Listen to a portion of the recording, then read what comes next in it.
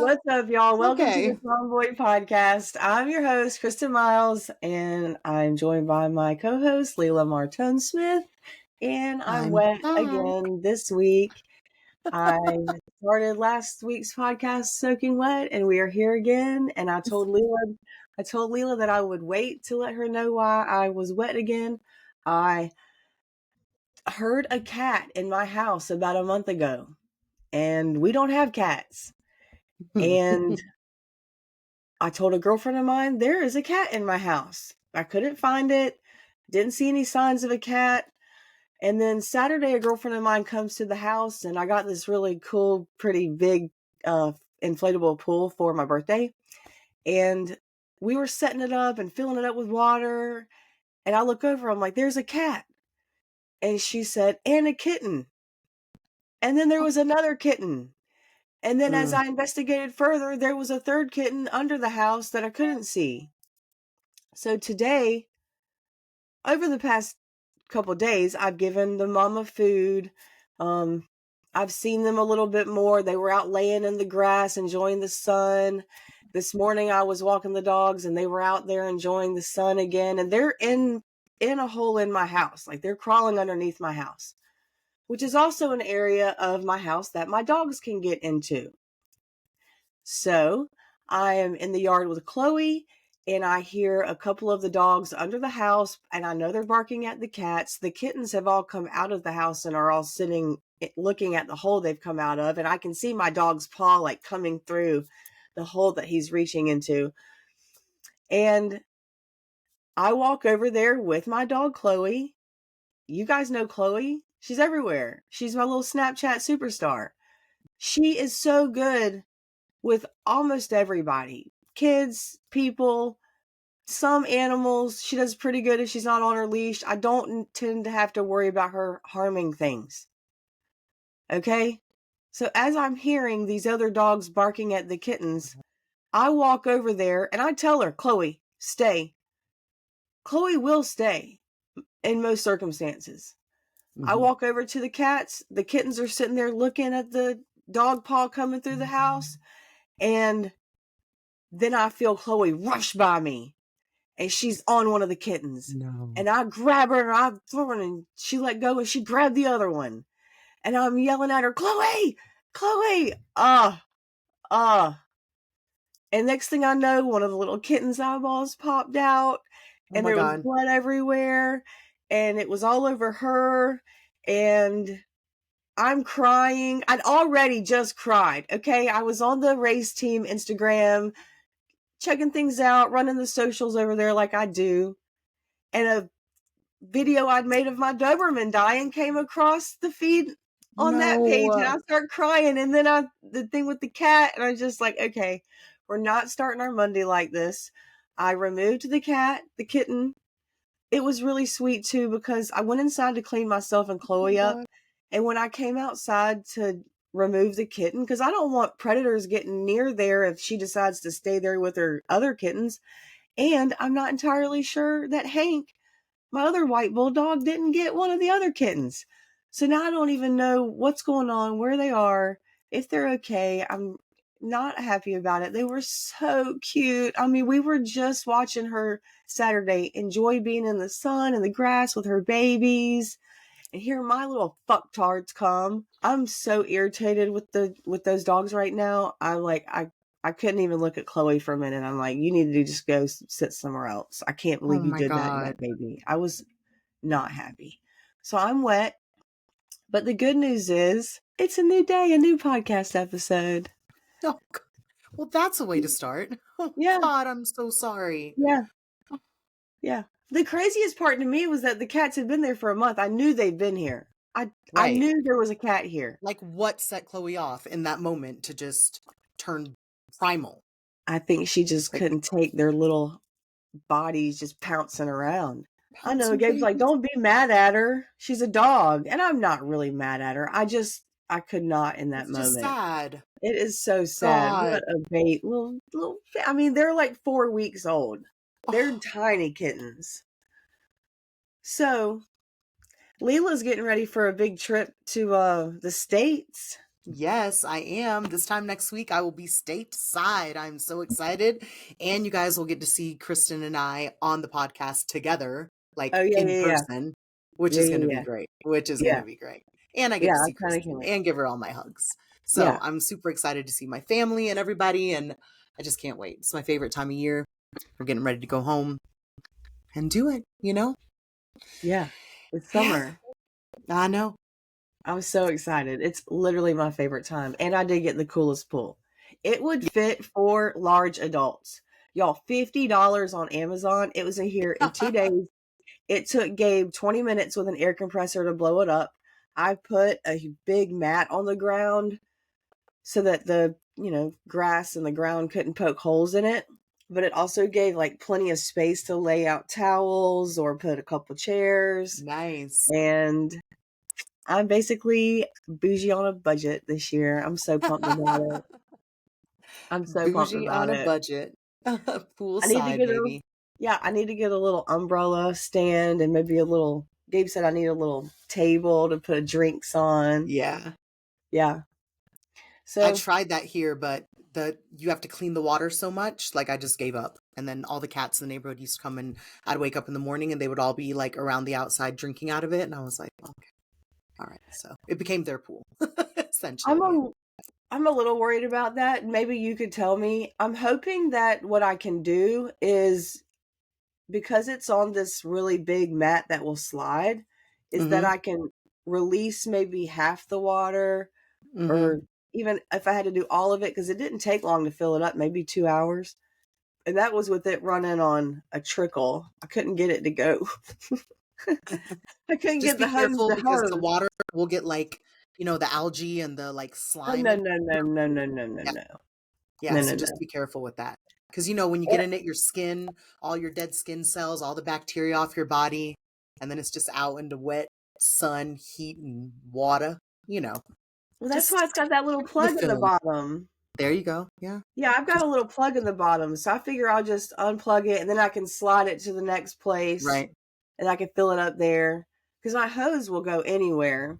Perfect. I'm gonna get you in my pool, girl. You wait. Yeah, girl. We gonna be backyard pooling, baby. You wait. Down there with the goat. I Okay, can't wait. so we are Leela's going to take the lead on this one today. Really, we're going to be talking about Ozempic and drugs that are similar. And with Leela's biology background and her experience with fitness, I feel like she's an awesome person to talk about it. And I'm just going to pipe in whenever I feel like I can and try What to we need. keep up with Professor Martone. That's my daddy's name, girl. I love him. All Love right, him. guys. So, with everything, you can't go on TikTok, Instagram, Facebook, nothing without some mention about these GLP-1 weight loss drugs. Okay. All the celebrities are doing it.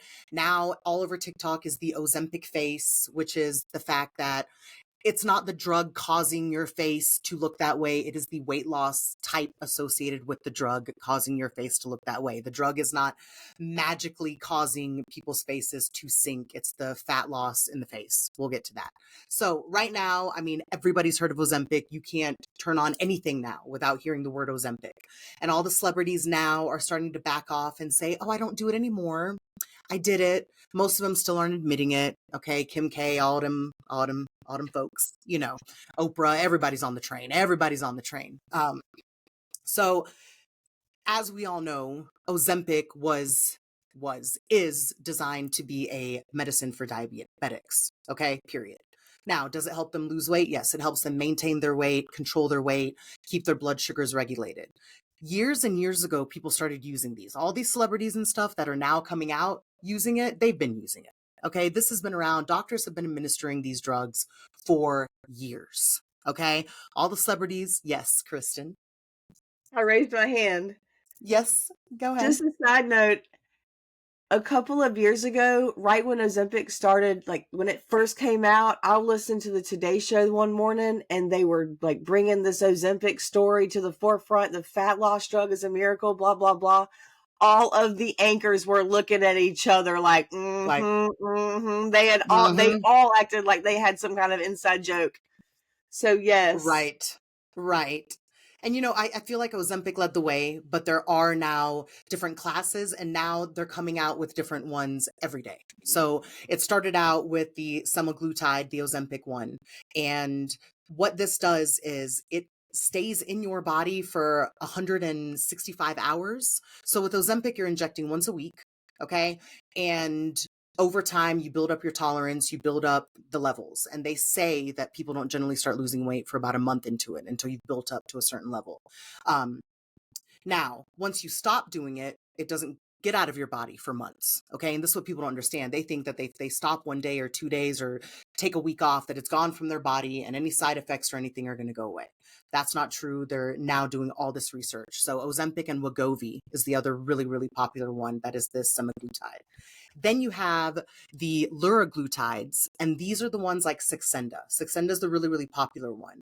This is a daily injection, and it's in your system, or it's active in your system for between 13 to 15 hours. Okay. This one is more popular for people that need that daily, like I am on this drug, I'm injecting daily. And so for some people, it works better because it's constantly on their mind as well, which, part of it is chemical and part of it is placebo, Yeah. because with Ozempic, you inject on Monday and by Friday, you're like I'm hungry. Anyway, so what this does is this is designed for diabetics. Okay.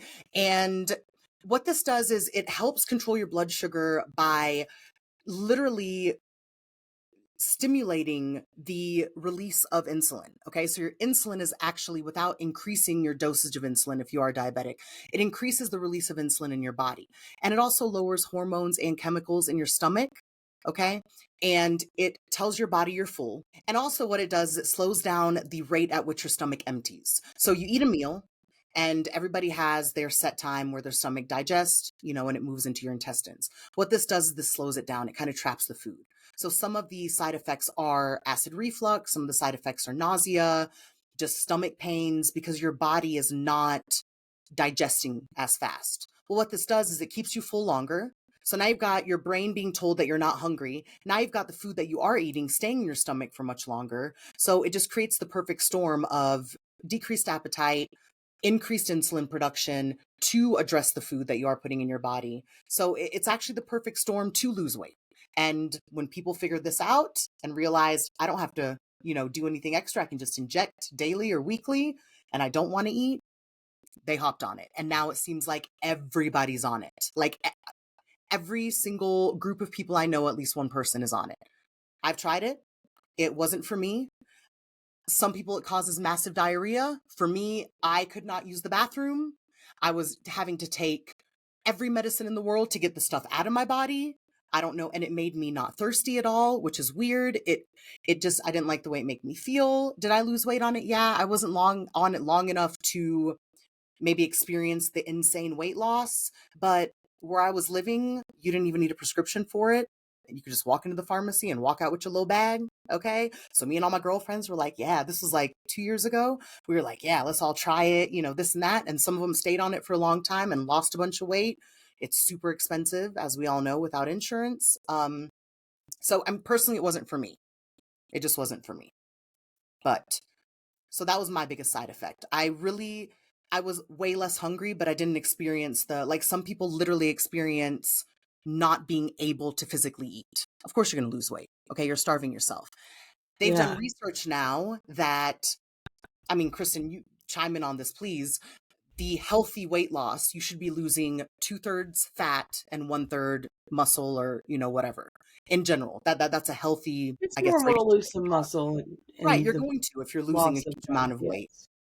What they found with these drugs, and this is why the Ozempic face is happening and why the Ozempic flat butt is happening, is with these drugs, it's the opposite. You're losing 2/3 of mass, okay? Muscle. But like your muscle mass, and only 1/3 of the weight you're losing is fat.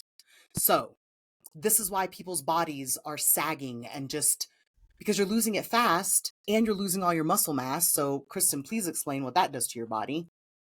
No, you don't ever know when you're going to need your health, and your muscle mass is a huge part of that. And losing it is never good for your metabolism. I mean, your fitness. I mean, I don't even know what to say because it's just so crazy to me that anybody would think that that's normal or a good thing. I'm sorry, I can't. I can't. I mean, The I more feel we like learn people, about these drugs, the more I'm like, no, no. right. But I think a lot of people don't understand what importance their muscles, they think muscles are just muscles, but they don't understand what importance it plays to the balance, to your hormone balance, to the biology of your actual body.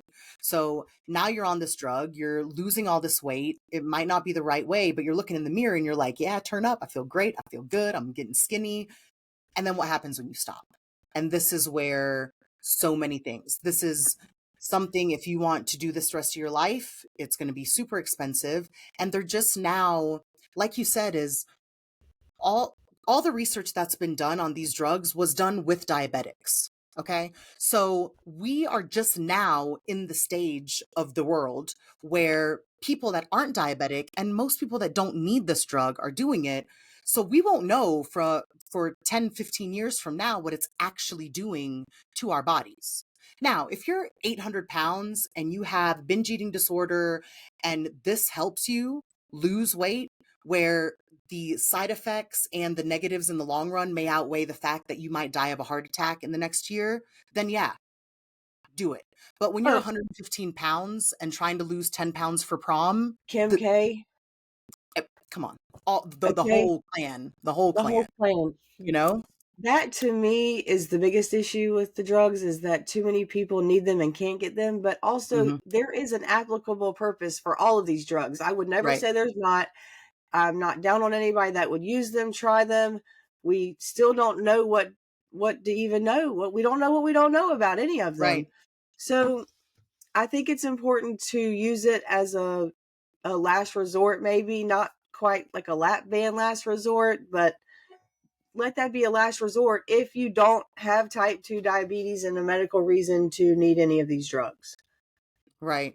And I think people are so quick because it is easy. You're just injecting and boom, you're It losing doesn't weight, sound of easy course. to me. It doesn't Right. sound easy to me. Everybody that I've talked to that's taken it, they shit themselves, their stomach's upset, they're nauseous. Oh, Um, Ozempic's actually being sued right now for, they have a lawsuit because it's causing so many GI issues in people long term. And now people are saying that it's being connected to thyroid cancer and all this stuff. So who knows? And who knows wow. what's going to come out in the next 10 to 15 years? Who knows what's going to come out, you know? And like you said, a lot of people, when this took off about a year and a half ago, when it just skyrocketed, a lot of diabetics who needed the medicine couldn't get it. Yeah. Now Oh, you've got yeah. every company in the world making this crap. Okay, like Saxenda, it's the same type of drug. It's a GLP-1 drug, but it was solely designed for weight loss. So all these other companies now have hopped on and designed. It's the same drugs. Okay, they're doing the same things. But when Ozempic was the king of kings, there were a lot of diabetics that just couldn't get it anymore. They were online begging. I mean, they were on TikTok begging, saying, "If you have some, can you please? Like, I actually need Yeah. it." You Yeah. know, Yeah. I have a and that's girlfriend that's diabetic. She's type 1 and she has a hard time getting the wow. drugs that she needs. So it's like, I, I don't know. I don't know. I know that I don't want to hurt anybody's feelings. I just know that the quickest way to a solution is not always the best one. Right. And I think that a lot of people don't take into account when you stop doing this and that drug leaves your body, unless personally, if you're going to do this, do the research. Number one. Number two, make sure that while you're doing this, you are also making lifestyle changes that you can sustain after you put this down. Because the Amen. problem is people take it, take it, take it. They're losing all this weight. They get off it. And there have been people recorded that have gained back 2 and 3 times the weight they lost. Okay. So if you're going to do this, do it. Do your research on it. Do your research on the type. Talk to your doctor. Make sure to get all your lab work done. That is essential. People are not doing this. They're just going. I mean, the country I was living in, you could walk into the pharmacy and tell the pharmacist, hey, I need 5 pens of Saxenda. And she was like, okay, here you go. We were like, okay, turn up. I didn't read about it. I didn't do anything about it until my stomach. I was like, what in the hell is going on in my body? And I started researching it. I was like, oh, this is that, you know? But a lot of people, they take this quick fix and then they go back to their life like it was before. And you just can't do that if you want to sustain the weight loss and if you want to sustain the health of your body.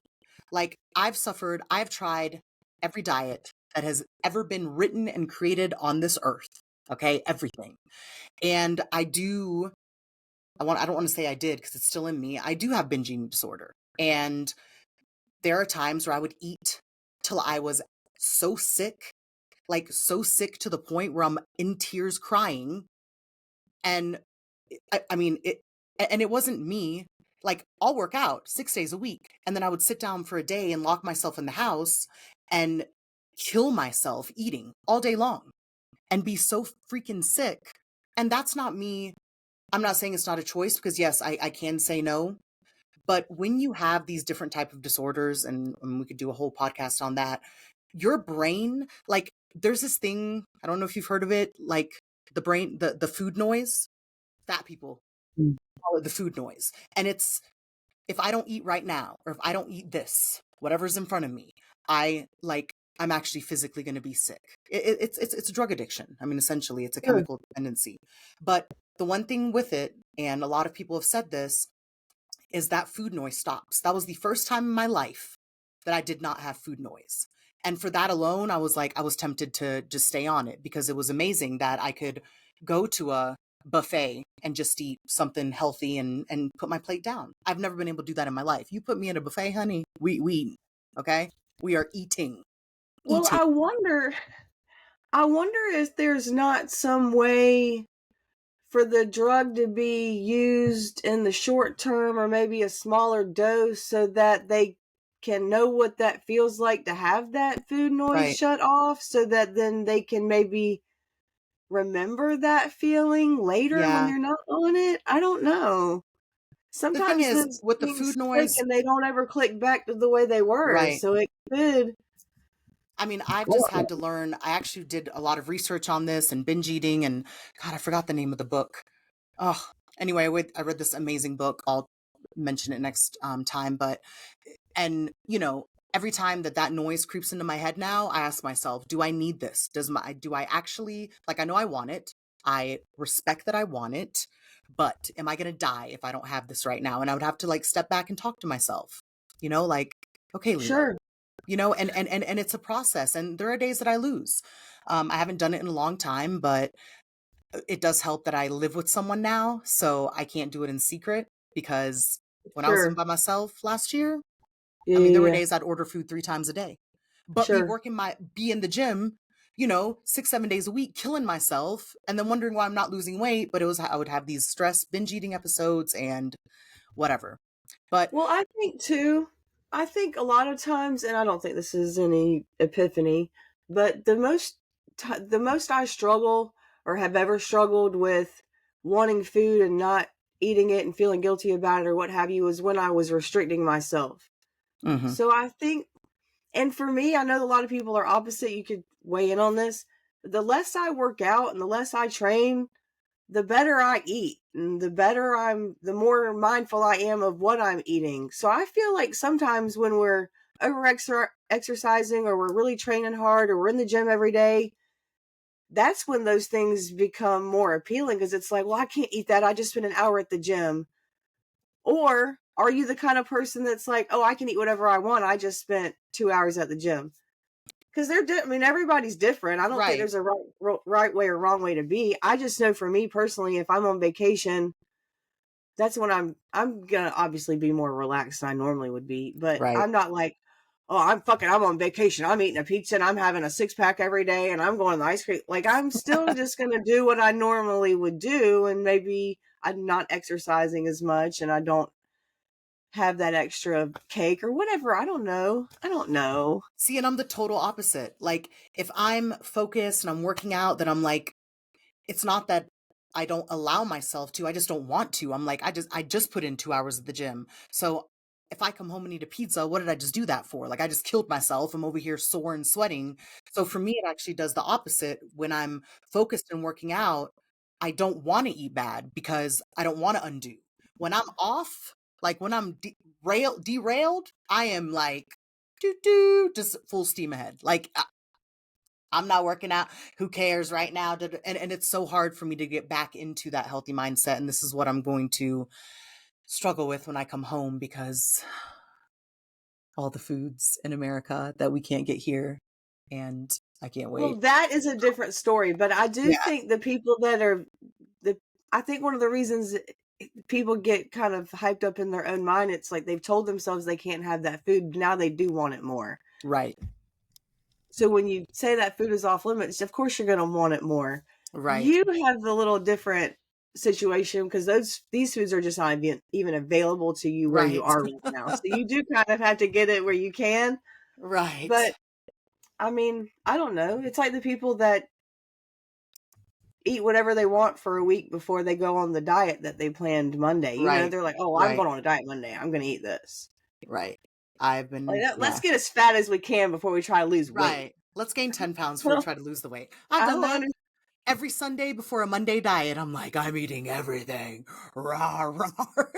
Like it's just, But in it's such reality, a if you sick. lived here and you wanted a Krispy Kreme and there was Krispy Kreme sitting on the counter, and you know you can eat Krispy Kreme whenever you want because you can just Right. drive to Krispy Kreme. It's Now not, I yeah. feel like that's taking some of the taboo or restrictions off of the donuts. Like I Yeah. can have that whenever I want. I don't have to finish all of them right Right. now.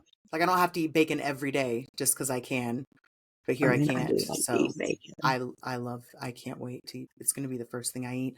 And queso from a Mexican restaurant because they only have yellow queso everywhere else in the world. But anyway, that's another day. It's another discussion for another day.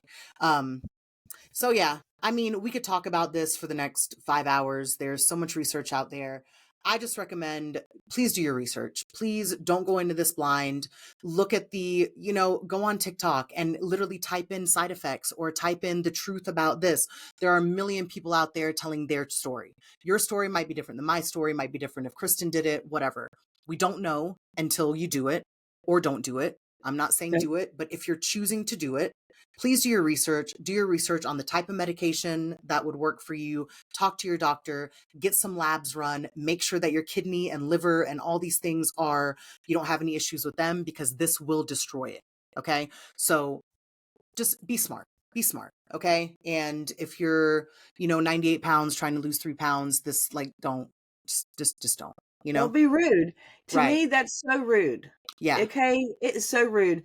And just, we've mentioned Kim K a couple times, Yeah. but that was the perfect example of what I told Gabe because the advertisement clearly says on the commercial that people that use it can expect to lose 12 to 14 pounds, or it's some kind of a small Percent of their number. body. Yeah.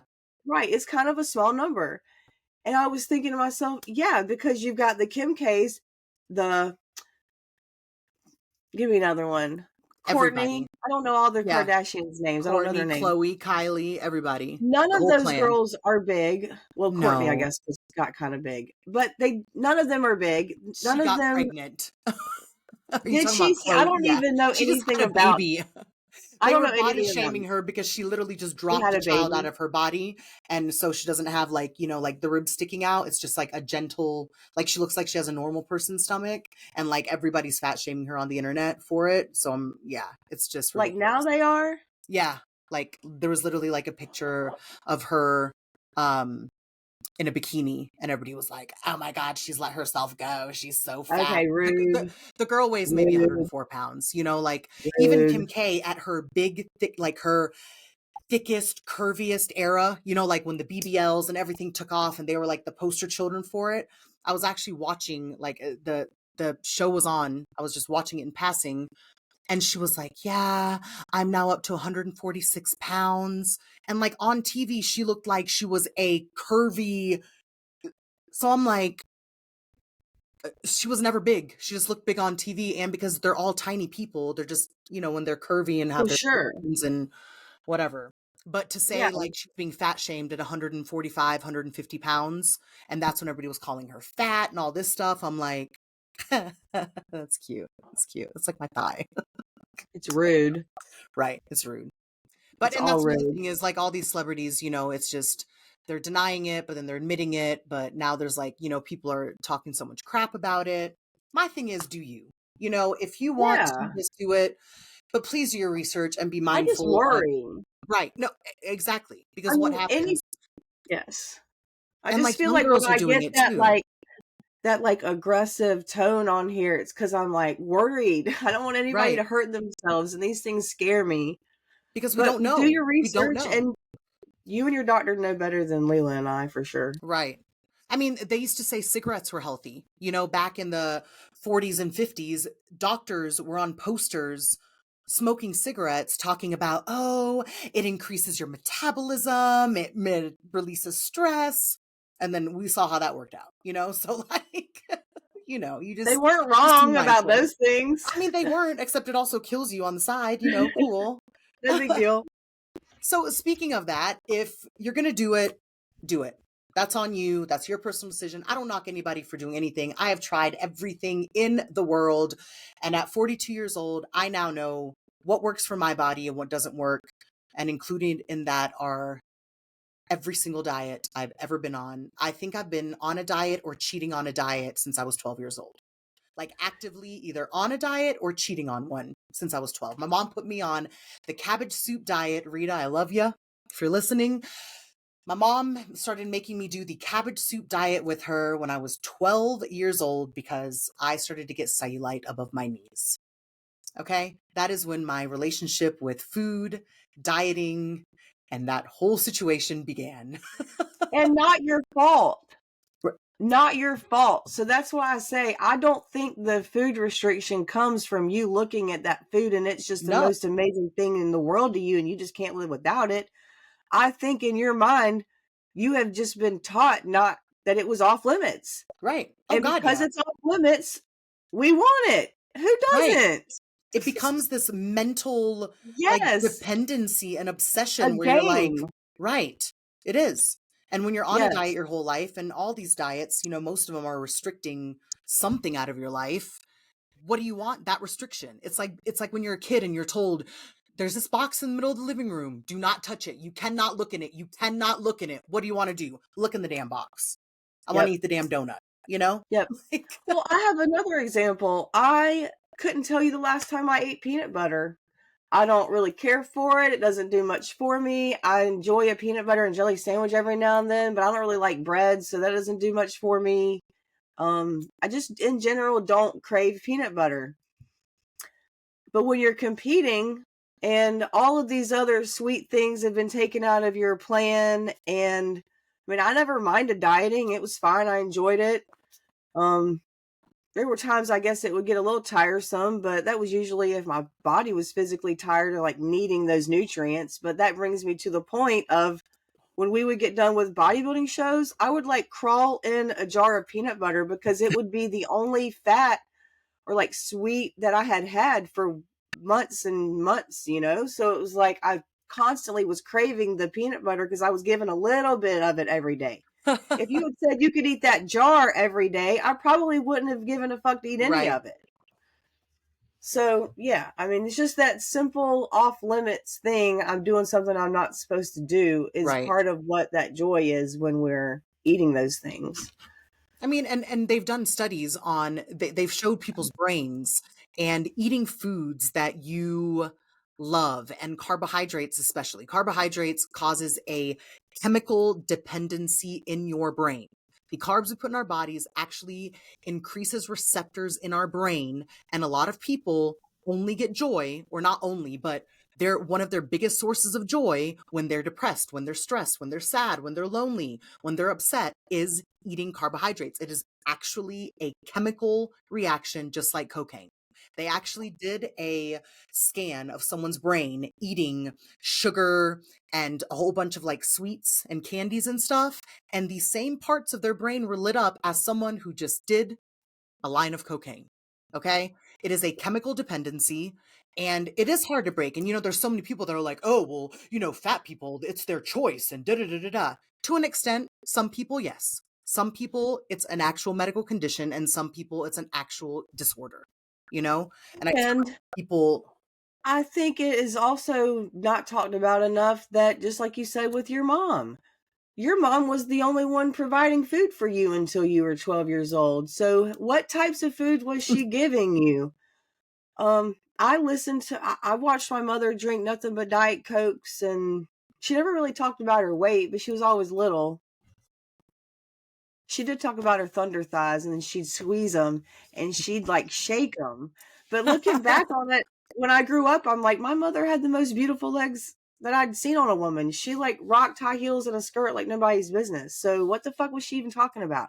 Right. None of these things are our fault. They've been handed down to us. Programmed. Yeah. They're Yes, they've programmed been into us. programmed into us. So we can either unlearn all this bullshit, or we can be miserable and restrict ourselves and be on the treadmill for hours a day and never lift a weight and Right. be fat and flabby. I mean, it's what I saw growing up. You know, my mom was always on a diet or fluctuating or trying this or trying that, and her weight would go up and her weight would go down. So I just thought that that's what all women. So my relationship with food developed at a super young age, and this is so many people, and sometimes we don't even realize at what point. And at my point was at 12 years old doing the cabbage soup diet, where I was taking this nasty ass cabbage soup that I'd eat every day. And like one day is like you eat 3 bananas and a piece of steak, and the next day you eat nothing but tomatoes. And so I remember taking my little lunch to school as a 6th grader, so embarrassed that I have this stank ass cabbage soup that smells like God knows what. I'm already Hungarian. I already have an accent. Like I'm already like, people are looking at me crazy. And here I am with my cabbage soup, like, bro, like, and my 3 tomatoes or 3 bananas and a freaking piece of steak. Like, anyway, it works though. I mean, you lose a bunch of weight because you're starving. But anyway, so, I mean, there's a million diets out there right now. I think some of the most popular ones is intermittent fasting, keto. Keto's still a thing. It's still a thing. And I feel like if you're going to do keto, you do your research, do it right. and work right. And to do it right is It can be so so restrictive. amazing. I was telling Kristin this before we started the podcast.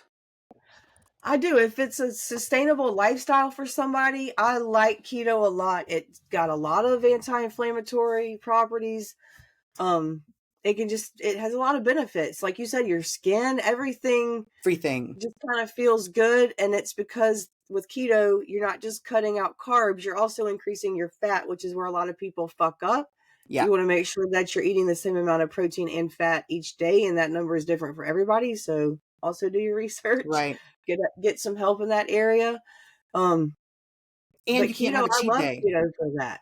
People don't understand that keto is actually a science experiment on your body. Your body is in ketosis, so it is using your fat reserves as your first source of energy. So instead of burning off carbs, you're not putting carbs in your body. So your body is burnt literally while you're sitting at home on the couch watching TV, your body is burning fat, which is amazing if you reach the level of ketosis, but you cannot cheat on it. This is not a diet where you can have a cheat day. You have one cheat day, that's 3-4 days that it's going to take for your body. If you go back strict to keto, which is real clean keto, is less than 20 grams of carbohydrates a day. There is 5 grams of carbohydrates. Look right now, if you want to, in your cupboard at your seasoning salt.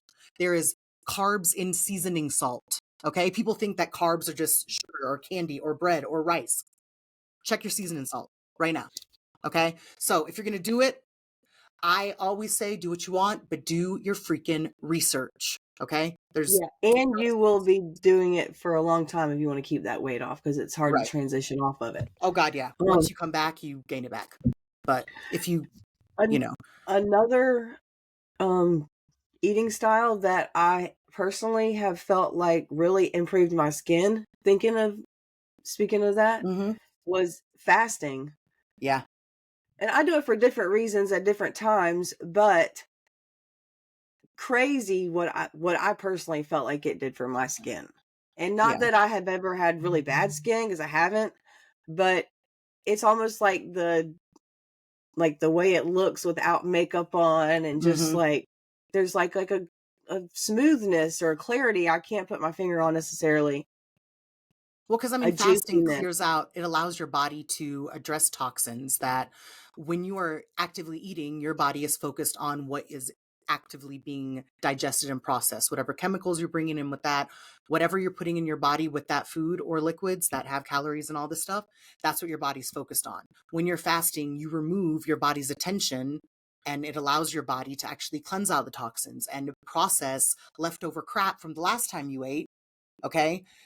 We don't give our bodies time, we don't give our bodies time to properly digest and to cleanse the first batch before we add in, like all the stuff. And I'm sure it's different when you're competing and stuff, but like all the stuff that we've been told that you have to eat breakfast, lunch, and dinner, or 5 meals a day and this and that might work for one person, but the fasting and giving your body that break is also an amazing, it's amazing for your body.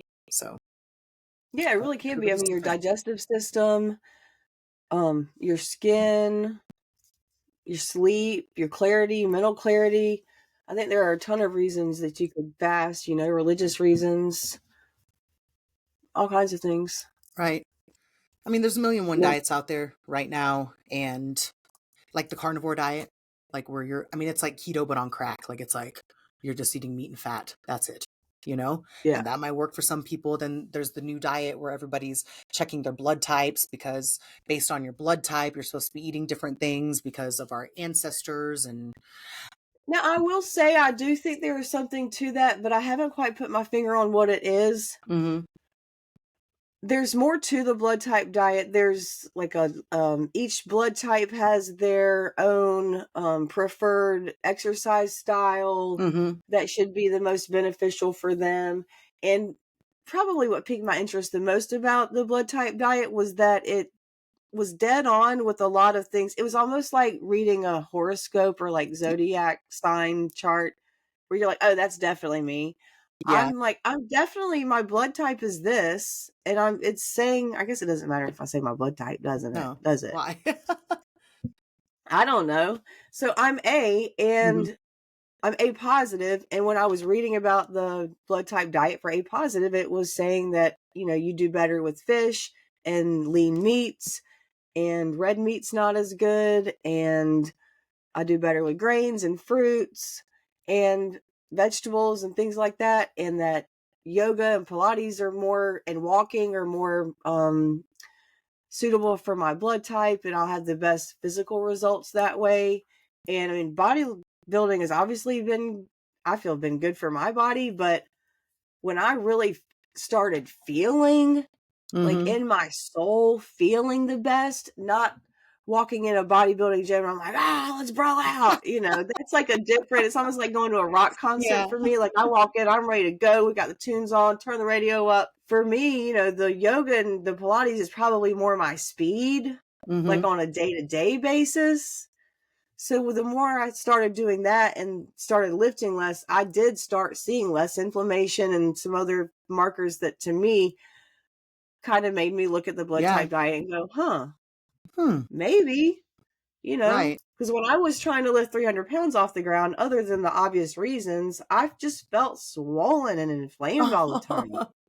I felt like I could lift a house, but my legs are always warm and like tired, and I don't know. It just never felt restored. Right. I didn't feel restored.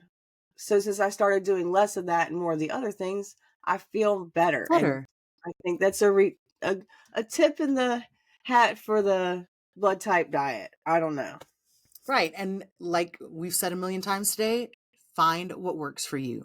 Make sure it's sustainable and do your research. And that's it. Like literally, there's 1 million things out there now, and we have the access. We have the internet. We have every single social media platform where there are creators and tons of content out there. So really just do your research and find what works for you, and there's so many materials out there to help you on your journey. And everybody's journey is going to look different, and that's okay. And be fair to yourself that if this diet is working for your best friend, just because you don't lose 50 pounds like she did in the first 2 months, like that doesn't mean you're a failure. Your body type is different. Your hormones are different. Your body composition is different. So many There's things. so many factors. Do you know how many times I had somebody ask me if I would just give them my contest diet? Like they were going to lose weight on my contest diet plan. Come on. That isn't how that works. No. It's not how that works. So you're right. This diet's not going to work for the same person this way or that way. Everybody's different. Do your research. Absolutely. And like I was telling you before, it's probably going to be some kind of a combination of the two. Like maybe you are doing intermittent fasting, but also incorporating the Mediterranean diet, which is a personal favorite of mine. I just don't think you can ever go wrong with olive oil, vegetables, colorful food, fruit. Colorful You cannot food, go yes. wrong. Yeah. Light cheeses, white cheeses are definitely easier on the sourdough system. bread, And like make sure yes, the type of carbs you're putting in your body. I actually watched this thing about butter, lots of water. I was watching this butter. I said documentary. butter. Oh, and butter. Please listen. Can we please touch on butter since we're here? I bet I eat a stick or two a week. Listen, we do you know that margarine is chemically just a few little chemicals off from freaking plastic? Okay, people, we have been lied to. This can't believe it's not butter. Oh, it's lower in fat, it's lower in calories. It will kill. It is the worst thing in the world for It you. will ruin your Please, thyroid. butter, butter, butter. Okay, get It will ruin grass-fed, your thyroid. get clean butter, but do not be afraid of butter. People are so scared of butter because it's so high in fat. Make sure you're eating balanced food, but butter, butter, butter, butter, Butter. ghee, whatever, but margarine, these fake butter sprays, and oh, it's low fat, so this and that, it is killing people. Look it up.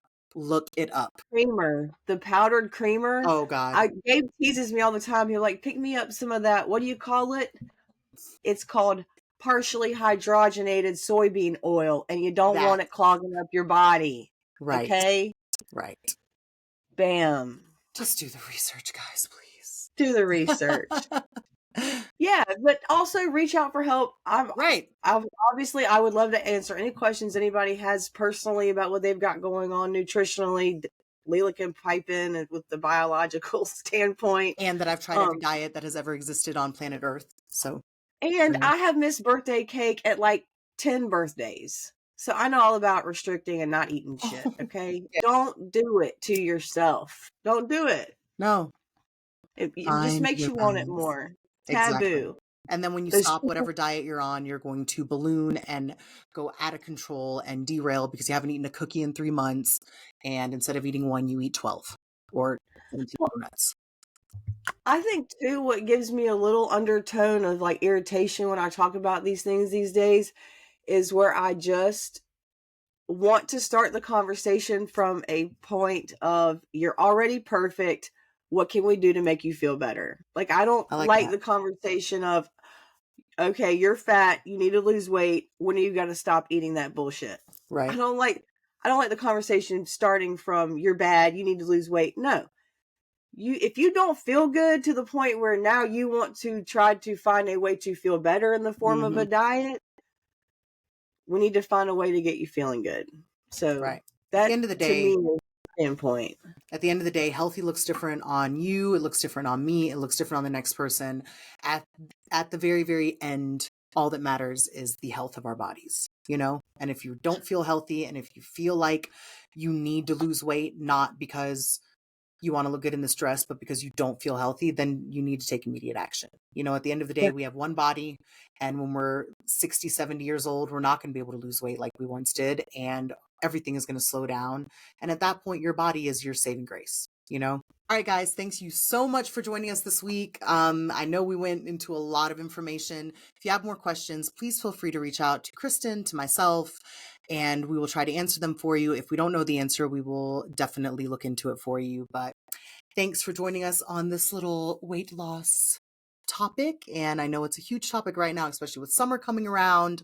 So please reach out if you have any questions or concerns, or if you just want to chat or ask us questions about other stuff. Yeah, I kind of feel like I just want to say, I know we were all over the place on this one, but it's because it affects so many different things. Right. And there's so many different rabbit holes that you could go down when you start talking about the psychology behind why people feel the way they do about their bodies, about food, about exercise. And it just sprouts out little legs and the ideas carry themselves away. So also, I think that's just a testament to the fact that we will talk about anything. Yes. we could just go on and on and on. So join the conversation. Let us know what you think. Drop us a review. Drop us something on the Spotify. Maybe a little love. It wouldn't hurt my feelings if you dropped a 5-star on there. Yeah, just a little. Can't hurt. Come on. We are going to head over to the Tomboy After Dark podcast, and we're going to be talking about fetishes over there. So check us out. Find us. Yep. Links in bio. See you guys next We'll week. see you guys next week. Bye, y'all.